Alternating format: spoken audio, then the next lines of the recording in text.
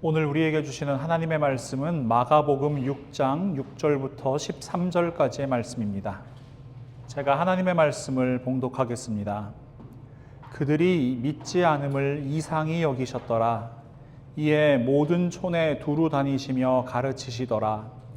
12 제자를 부르사 둘씩 보내시며 더러운 귀신을 제어하는 권능을 주시고 명하시되 여행을 위하여 지팡이 외에는 양식이나 배낭이나 전대의 돈이나 아무것도 가지지 말며 신만 신고 두벌 옷도 입지 말라 하시고 또 이르시되 어디서든지 누구의 집에 들어가거든 그곳을 떠나기까지 거기 유하라. 어느 곳에서든지 너희를 영접하지 아니하고 너희 말을 듣지도 아니하거든 거기서 나갈 때 발 아래 먼지를 떨어버려 그들에게 증거를 삼으라 하시니 제자들이 나가서 회개하라 전파하고 많은 귀신을 쫓아내며 많은 병자에게 기름을 발라 고치더라. 아멘. 예수님께서는 고향을 찾아가셨는데 거기에 있는 사람들로부터 배척을 당하셨습니다. 나사렛 사람들은 예수님의 말씀을 듣고 크게 분노했고요. 아주 불쾌해했습니다. 심지어 그들은 예수님을 절벽에서 밀어서 떨어뜨리려고 죽이려고까지 하였습니다. 결국 예수님께서는 그들이 믿지 않음을 이상히 여기시고 그 마을을 떠나실 수밖에 없었습니다. 하지만 그 무엇도 예수 그리스도의 복음이 이 땅을 향해 흘러가는 것을 막을 수는 없었습니다. 예수님께서는 제자들과 함께 다른 마을을 다니시면서 전도하십니다. 오늘 본문 6절 하반절부터 7절 말씀을 보시면요. 그리고 예수께서는 마을들을 두루 돌아다니시며 가르치셨다. 그리고 12 제자를 가까이 부르셔서 그들을 둘씩 보내시며 그들에게 악한 귀신을 억누르는 권능을 주셨다. 여러분 혹시 예수님께서 12 제자 부르신 이유 기억나세요? 우리 설교를 통해서 살펴봤었는데요. 마가복음 3장 14절부터 15절 말씀을 다시 보시면 이에 12를 세우셨으니 이는 자기와 함께 있게 하시고 또 보내사 전도도 하며 귀신을 내쫓는 권능도 가지게 하려 하심이러라. 생각나시죠? 모이는 교회 그리고 또 흩어지는 교회. 예수님께서는 예수님과 함께 있게 하시려고 제자들을 부르셨고요.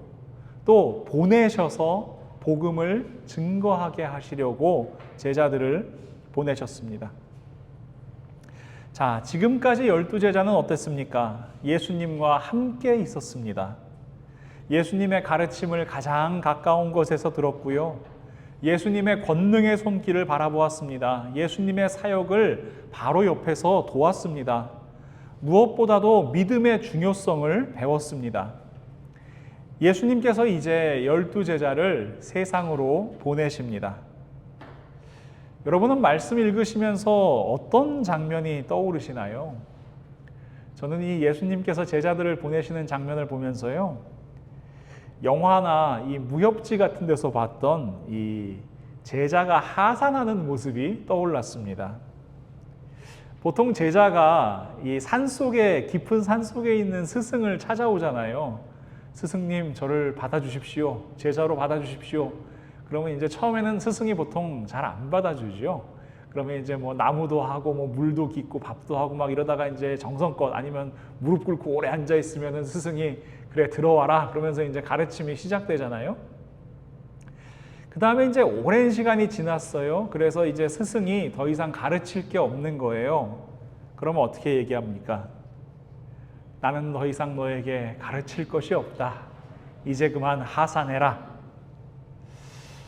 이야기가 무엇입니까? 뭐 무술이 됐든 뭐 학문이 됐든 제자가 스승의 어떤 수준, 가르칠 수 있는 수준에 도달을 한 겁니다. 때로는 배우던 제자가 스승의 수준을 뛰어넘을 때도 있는 거예요. 청출어람이라는 이야기 들어보셨습니까? 이 성악설로 잘 알려진 순자가 한 이야기인데요. 불가이기, 청출어람, 청어람이라는 말인데 풀어보면 이렇습니다. 학문을 그쳐서는 안 된다. 푸른색은 쪽에서 나왔지만 쪽빛보다 더 푸르다. 이런 뜻이에요. 그러니까 스승보다 더 뛰어난 제자. 자, 스승이 가르쳐준 그 가르침을 가지고 학문을 그치지 않고 열심히 정진하다 보면 그 수준, 스승의 수준을 뛰어넘는 제자가 나올 수 있다. 이런 의미입니다. 이것이 세상에서 이야기하는 스승과 제자의 관계입니다. 그런데 여러분, 예수님과 제자의 관계는 완전히 다른 모습입니다. 우선 여러분, 예수님의 제자는 청출어람이 가능해요? 불가능해요? 불가능하지요. 여러분, 제자가 아무리 뛰어나도 예수님처럼 될 수 있습니까? 없습니까? 못 돼요. 예수님을 뛰어넘을 수 있어요? 못 뛰어넘습니다. 자, 그리고 세상에서 스승의 가르침을 다 받고 하산한 제자가 있다고 치면 이 사람은 지금까지 자기가 익힌 기술, 학문 이런 걸 가지고 자기 이름을 드러내면서 자기의 또 일가를 이루어가는 거예요. 그러나 여러분, 예수 그리스도의 제자는요, 자기 자신을 드러내는 것이 아니라 예수 그리스도를 드러내는 사람들입니다. 예수 그리스도의 제자는 자기 이름을 내세우는 것이 아니라 예수 그리스도의 이름으로 살아가는 사람들입니다. 그래서 예수님께서 제자들을 보내시는 장면에 아주 중요한 의미가 있습니다. 오늘 본문 7절 말씀을 한번 같이 보실까요? 한번 함께 읽어봅시다. 12제자를 부르사 둘씩 보내시며 더러운 귀신을 제어하는 권능을 주시고. 사실 우리는 이 말씀 읽으면 더러운 귀신을 제어하는 권능을 주시고 이 말에 굉장히 눈길이 가거든요. 그런데 사실 이 장면에서 우리가 정말 눈길을 두어야 하는 말은 둘씩이라는 말입니다. 예수님께서는요, 12제자를 둘씩 짝지어서 보내세요. 그러니까 6그룹이 나왔겠지요. 왜 둘씩 보내실까요? 혼자 다니면 적적하니까요. 말동무라도 하라고? 하나보다는 둘이 좀 나으니까요. 여러분, 예수님께서 제자들을 둘씩 보내시는 이유는 그들이 예수 그리스도를 증거하는 증인이기 때문입니다. 구약의 율법과 유대의 관습에는 두증인법이라는 게 있어요. 신명기 19장 15절 말씀을 제가 새번역 성경으로 읽어드릴게요. 어떤 잘못이나 어떤 범죄라도 한 사람의 증언만으로는 판정할 수 없습니다. 두세 사람의 증언이 있어야만 그 일을 확정할 수 있습니다. 자, 이 두증인법에 따르면요, 한 사람의 증언은 효력이 없는 거예요.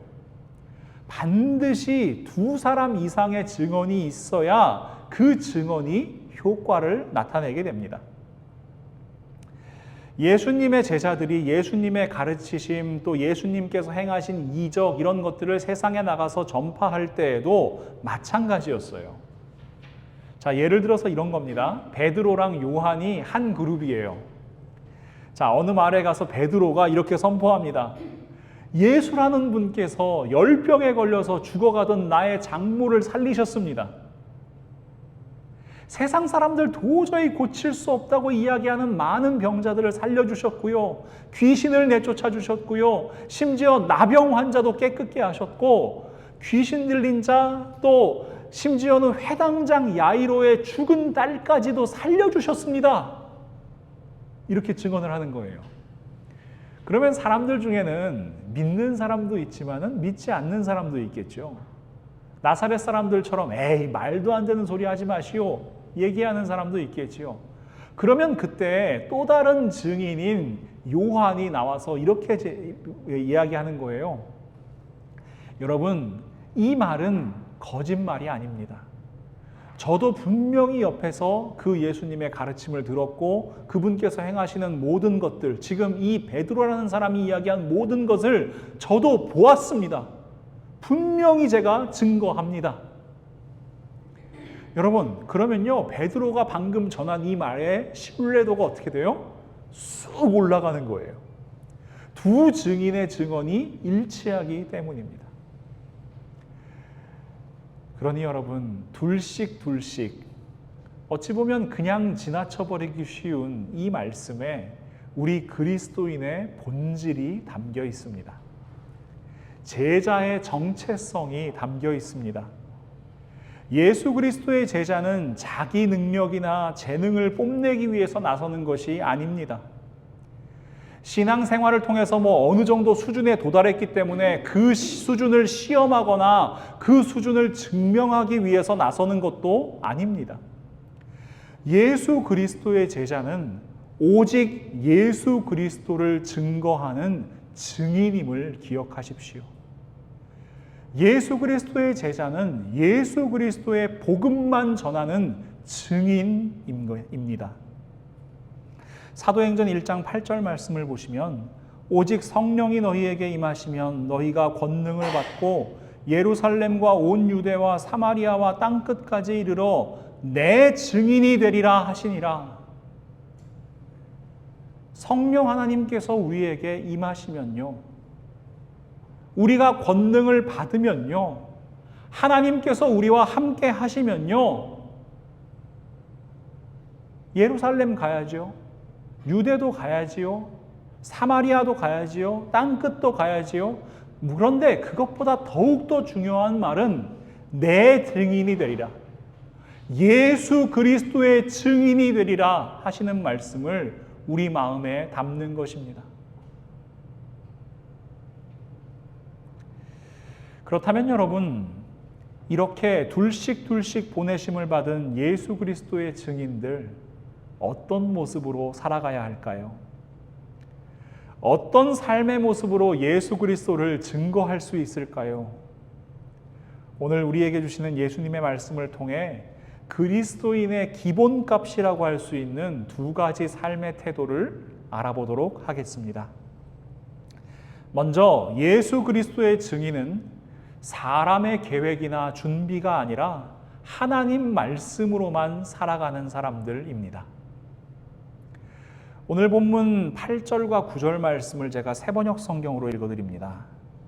그리고 그들에게 명하시기를 길을 떠날 때에는 지팡이 하나밖에는 아무것도 가지고 가지 말고 빵이나 자루도 지니지 말고 전대에 동전도 넣어가지 말고 다만 신발은 신되 옷은 두 벌 가지지 말라고 하셨다. 예수님께서 지금 뭘 하지 말라 그러세요? 지팡이하고 신발, 그리고 지금 입고 있는 옷, 그것을 제외하고 모든 것을 다 가지고 가지 말라고 말씀하십니다. 여행을 가면, 어디랑가로 떠나면 필수적으로 지니고 있어야 하는 것들을 다 가지고 가지 말라고 말씀하십니다.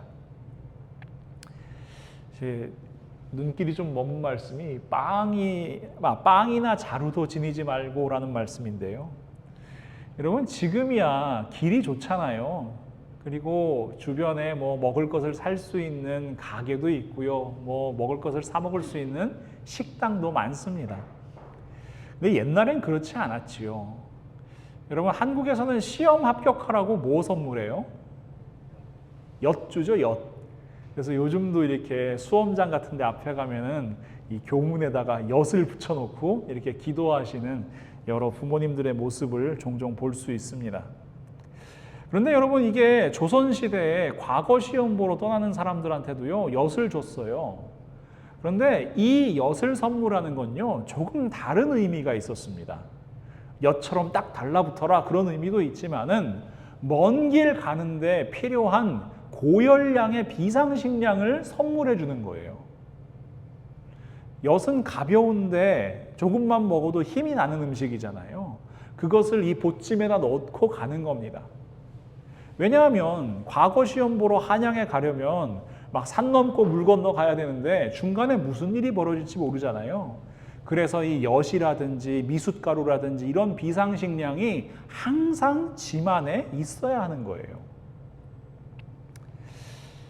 자, 옛날에 여행을 떠날 때 식량을 챙기는 거 너무나도 당연한 상식이었습니다.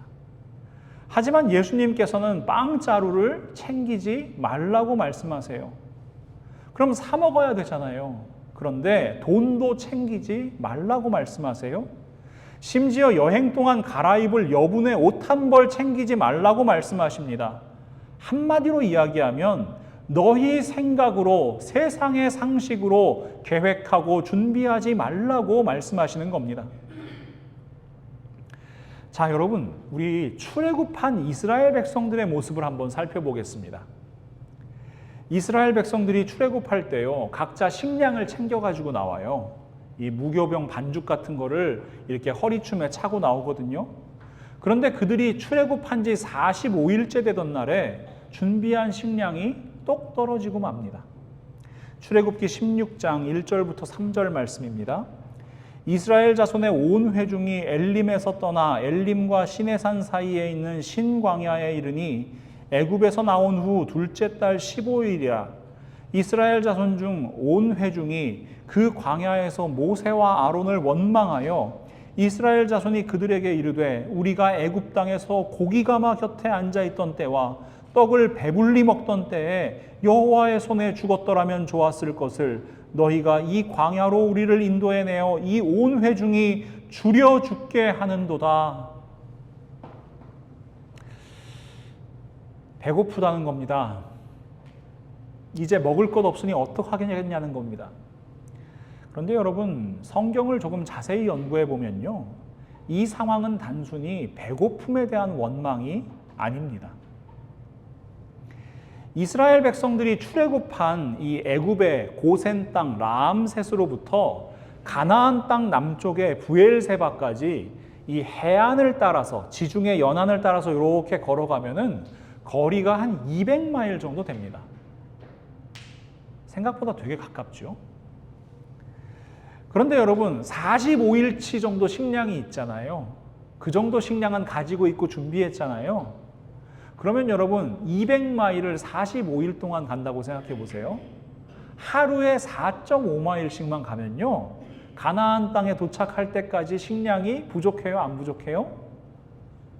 부족하지 않습니다. 그런데 지금 신광야에서 식량이 떨어졌다는 건요, 그들이 단지 식량이 부족했다라는 불평이 아니라 엉뚱한 길로 우리를 인도했다라는 불평인 거예요. 그런데 그들의 길을 지금 누가 인도하세요? 하나님께서 인도하시잖아요. 출애굽기 13장 17절 말씀 보시면요, 바로가 백성을 보낸 후에 블레셋 사람의 땅의 길은 가까울지라도 하나님이 그들을 그 길로 인도하지 아니하셨으니 이는 하나님이 말씀하시기를 이 백성이 전쟁을 하게 되면 마음을 돌이켜 애굽으로 돌아갈까 하셨음이라. 자, 가까운 길이 있어요. 200마일짜리 길이 있어요. 그런데 하나님께서는 지금 다른 길로 인도하세요. 시내산 방향으로 빙 돌아가는 길로 인도하세요. 그런데 그 인도하심이 틀렸습니까? 아닙니다. 이스라엘 백성들의 연약함을 너무나 잘 아시는 거예요. 아직까지 훈련되지 않은 이스라엘 백성들의 믿음 없음을 누구보다 잘 아시는 거예요. 그래서 하나님께서 하나님의 길로, 은혜의 길로 인도하시는 거예요. 그 길을 인도하시며 하나님이 그들을 내버려 두십니까? 아닙니다. 출애굽기 13장 21절부터 22절 말씀 이렇게 기록합니다. 여호와께서 그들 앞에서 가시며 낮에는 구름 기둥으로 그들의 길을 인도하시고 밤에는 불 기둥을 그들에게 비추사 낮이나 밤이나 진행하게 하시니 낮에는 구름 기둥 밤에는 불 기둥이 백성 앞에서 떠나지 아니하니라. 하나님께서 그들을 인도하세요. 이스라엘 백성들을 앞서서 가세요. 그들을 불기둥으로 구름기둥으로 보호해주고 계세요. 그런데 이스라엘 백성들은 불평하는 겁니다. 왜 우리 계획대로 하지 않았냐고요.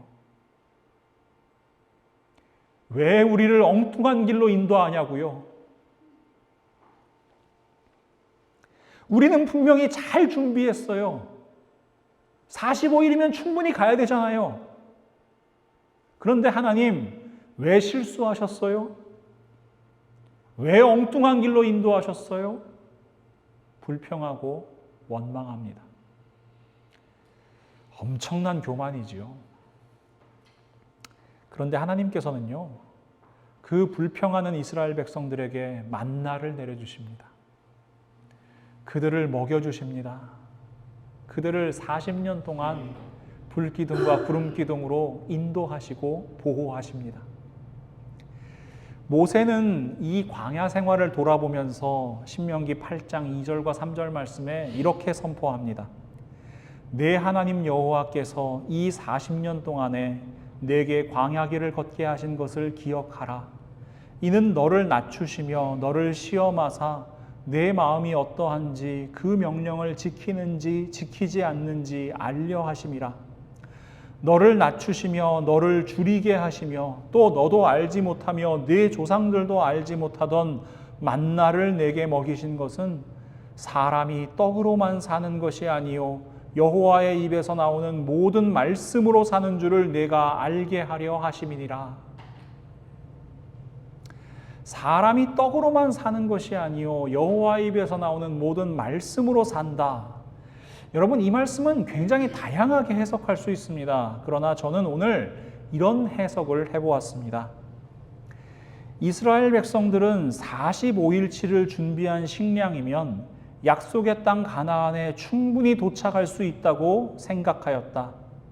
그러나 하나님의 구원 역사는 사람의 계획과 준비로 이루어지는 것이 아니다. 하나님의 역사는 오직 천지 만물을 창조하신 하나님의 말씀, 하나님의 권능으로만 이루어진다. 이것을 가슴 깊이 새겨라. 하나님께서 실수하신 것이 아닙니다. 하나님께서 틀리신 것도 아닙니다.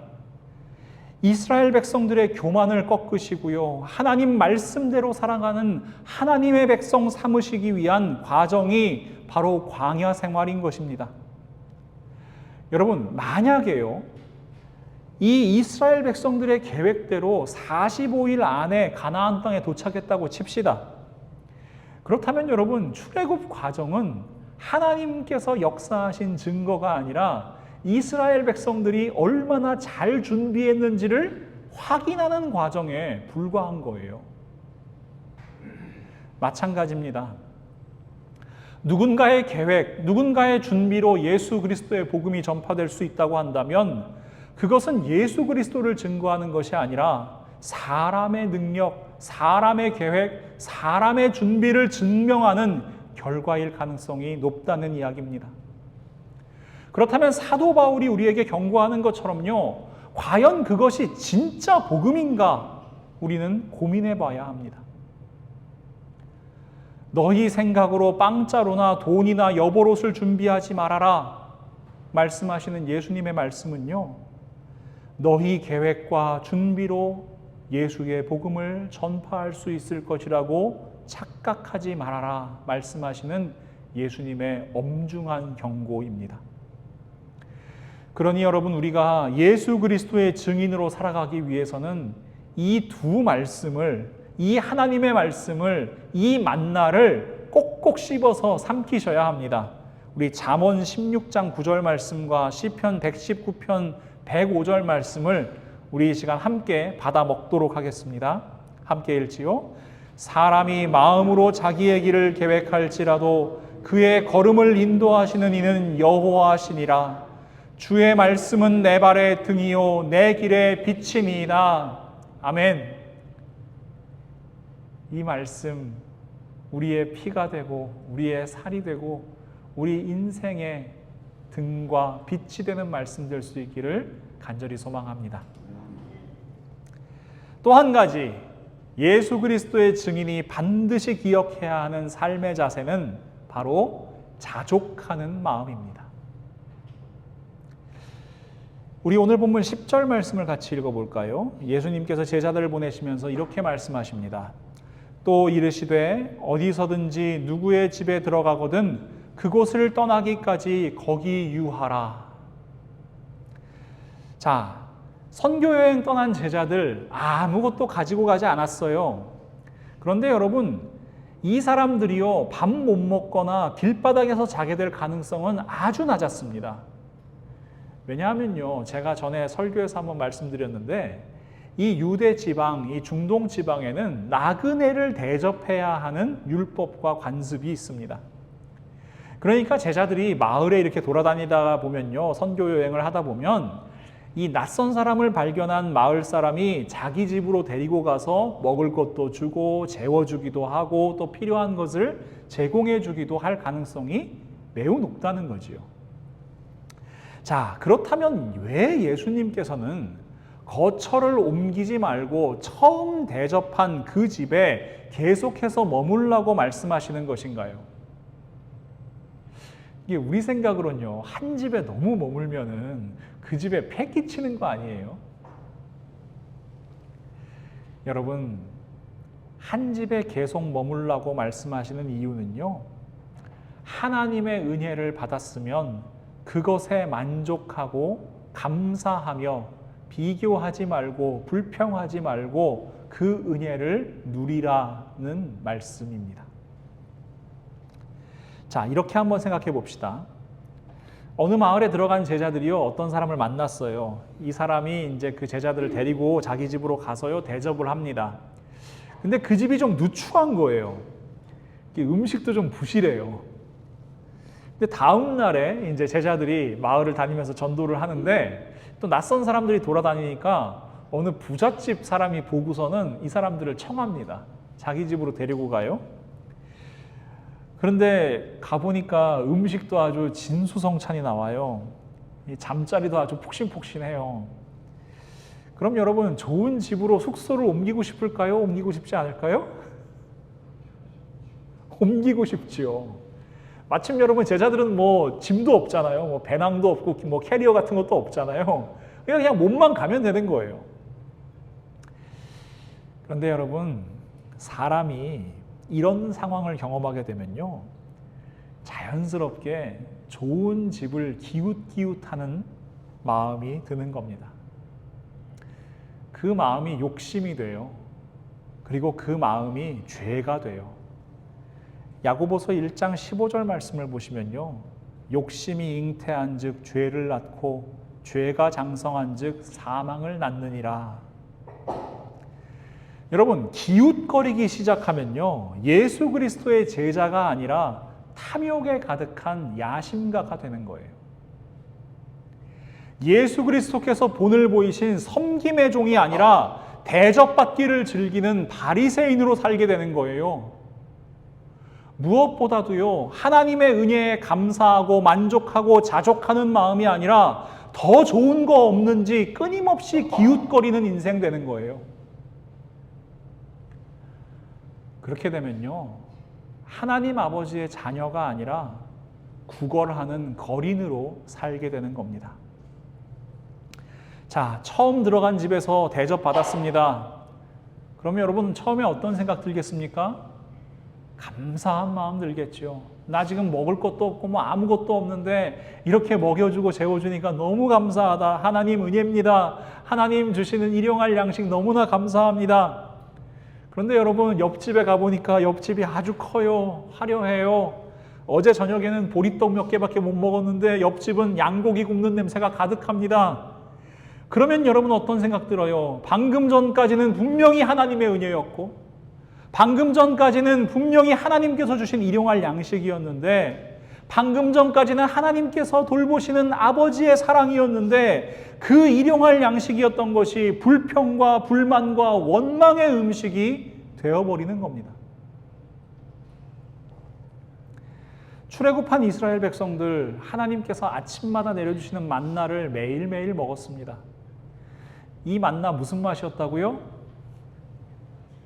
꿀과 기름 섞인 과자 맛. 그 당시 사람들이 먹을 수 있는 가장 귀하고 값진 맛. 그들이 준비한 45일치 식량이 떨어졌잖아요. 처음으로 만나를 먹던 날 그들은 무슨 생각을 했을까요? 매일 그 사람들 45일 동안 뭐 먹었어요?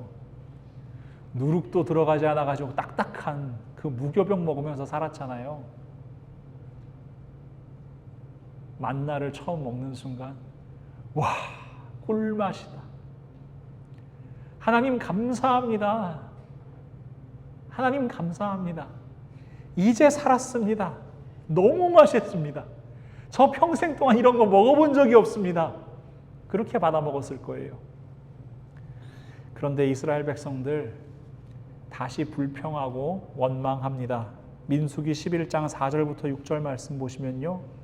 그들 중에 섞여 사는 다른 인종들이 탐욕을 품음에 이스라엘 자손도 다시 울며 이르되 누가 우리에게 고기를 주어 먹게 하랴.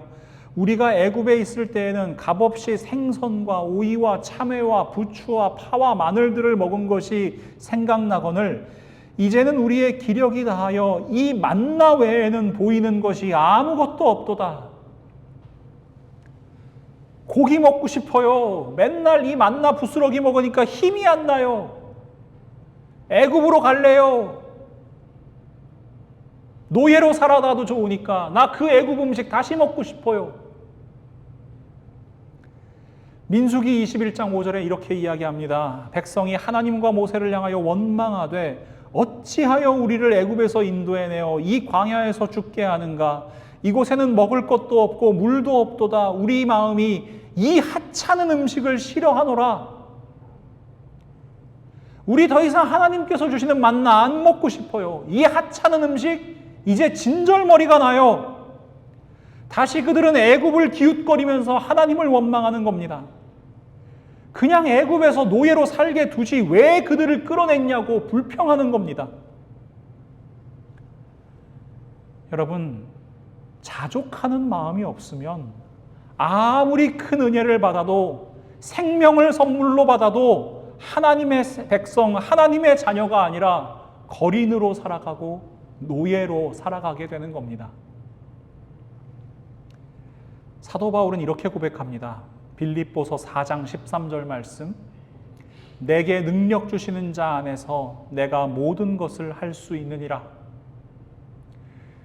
여러분 좋아하시는 말씀이죠? 수험생들, 사업하시는 분들 불가능은 없다. 하면 된다. 이 좌우명처럼 적어두시는 부분이 많고요. 이 사진 보시면 이 사진이 그 한국에 있는 어느 기독교 대학교의 교훈이에요. 할 수 있다, 하면 된다 이렇게 써놓고 밑에다가 그 빌립보서 4장 13절 말씀을 영어로 적어놨습니다. 근데 여러분 안타깝게도요, 이 말씀은 할 수 있다, 하면 된다라는 뜻이 아닙니다. 우리 빌립보서 4장 11절부터 13절 말씀을 우리 한 목소리로 읽어보겠습니다. 내가 궁핍함으로 말하는 것이 아니니라. 어떠한 형편에든지 나는 자족하기를 배웠노니 나는 비천에 처할 줄도 알고 풍부에 처할 줄도 알아. 모든 일 곧 배부름과 배고픔과 풍부와 궁핍에도 처할 줄 아는 일체의 비결을 배웠노라. 내게 능력 주시는 자 안에서 내가 모든 것을 할 수 있느니라. 아멘. 이 말씀은요, 내가 궁핍해도 하나님의 은혜요, 부요해도 하나님의 은혜라는 사도 바울의 고백입니다. 모든 것이 하나님의 은혜이니까 어떤 상황 가운데서도 자족하며 감사하는 삶을 살아갈 수 있다는 믿음의 고백입니다. 사람의 마음으로는 불가능해요. 비천하면 불평 나오고 풍요하면 감사하는 것이 사람의 마음이잖아요. 그러나 예수 그리스도의 능력으로 그 믿음의 힘으로 어떤 상황 가운데서든 자족하는 삶을 살아갈 수 있다는 사도 바울의 고백인 거예요. 사도 바울에게 이 고백이 있기 때문에 사도 바울은 언제 어디서나 예수 그리스도를 증거하는 증인으로 살아갈 수 있었습니다. 교회를 개척해서 성도들이 많이 모일 때도 감사하고요. 핍박받고 쫓겨날 때도 감사하고요. 옥에 갇혀서도 감사하고 찬양하고요. 죽을 고비를 넘기면서도 감사할 수 있는 겁니다. 사도 바울 인간의 마음으로는 불가능한 거예요. 하나님께서 주시는 사랑으로, 예수 그리스도께서 주시는 권능으로 말미암아 그 자족의 삶이 가능한 겁니다. 사랑하는 믿음의 동역자 여러분, 예수 그리스도께서 오늘도 우리를 예배의 자리로 부르셨습니다. 하나님 말씀으로 우리를 먹이시고 그 말씀을 우리 가슴에 새겨주셨습니다. 그리고 오늘도 우리를 각각의 삶의 자리로 보내실 겁니다. 우리에게 예수 그리스도의 증인, 그리스도인으로 살아가라고 말씀하고 계십니다. 그러니 여러분, 사람의 계획이나 준비가 아니라 오직 하나님 말씀 안에서 살아가십시오. 그리고 이곳저곳 기웃거리면서 불평하고 원망하는 것이 아니라 나에게 주신 하나님의 은혜에 감사하며 자족하는 마음으로 살아가십시오. 이런 믿음으로 살아가는 우리의 모습을 통해 예수 그리스도의 이름이, 그 생명의 복음이 널리 전파될 것입니다. 우리는 연약하고 늘 부족하지만 우리에게 능력 주시는 하나님 안에서 예수 그리스도의 증인으로 살아가는 우리 모두가 될 수 있기를 우리 주님의 이름으로 간절히 축원합니다. 사랑의 하나님, 오늘도 하나님의 말씀으로 말씀하여 주심을 진심으로 감사합니다. 죄인인 저희들, 부족하고 연약한 저희들, 하나님께서 부르시어 그리스도인 삼으셨습니다. 하나님 아버지의 자녀 삼으셨습니다.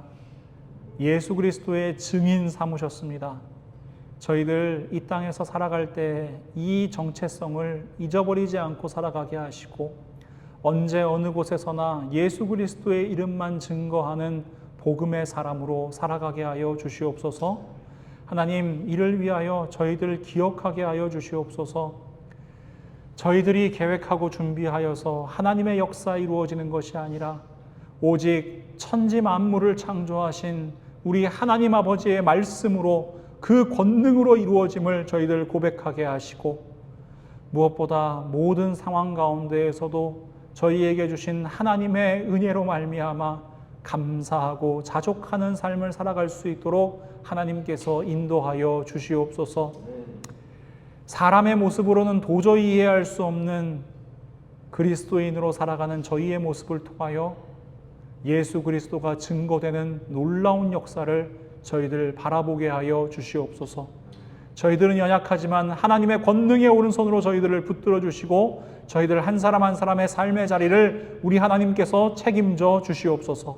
예수 그리스도의 이름으로 간절히 기도합니다. 아멘.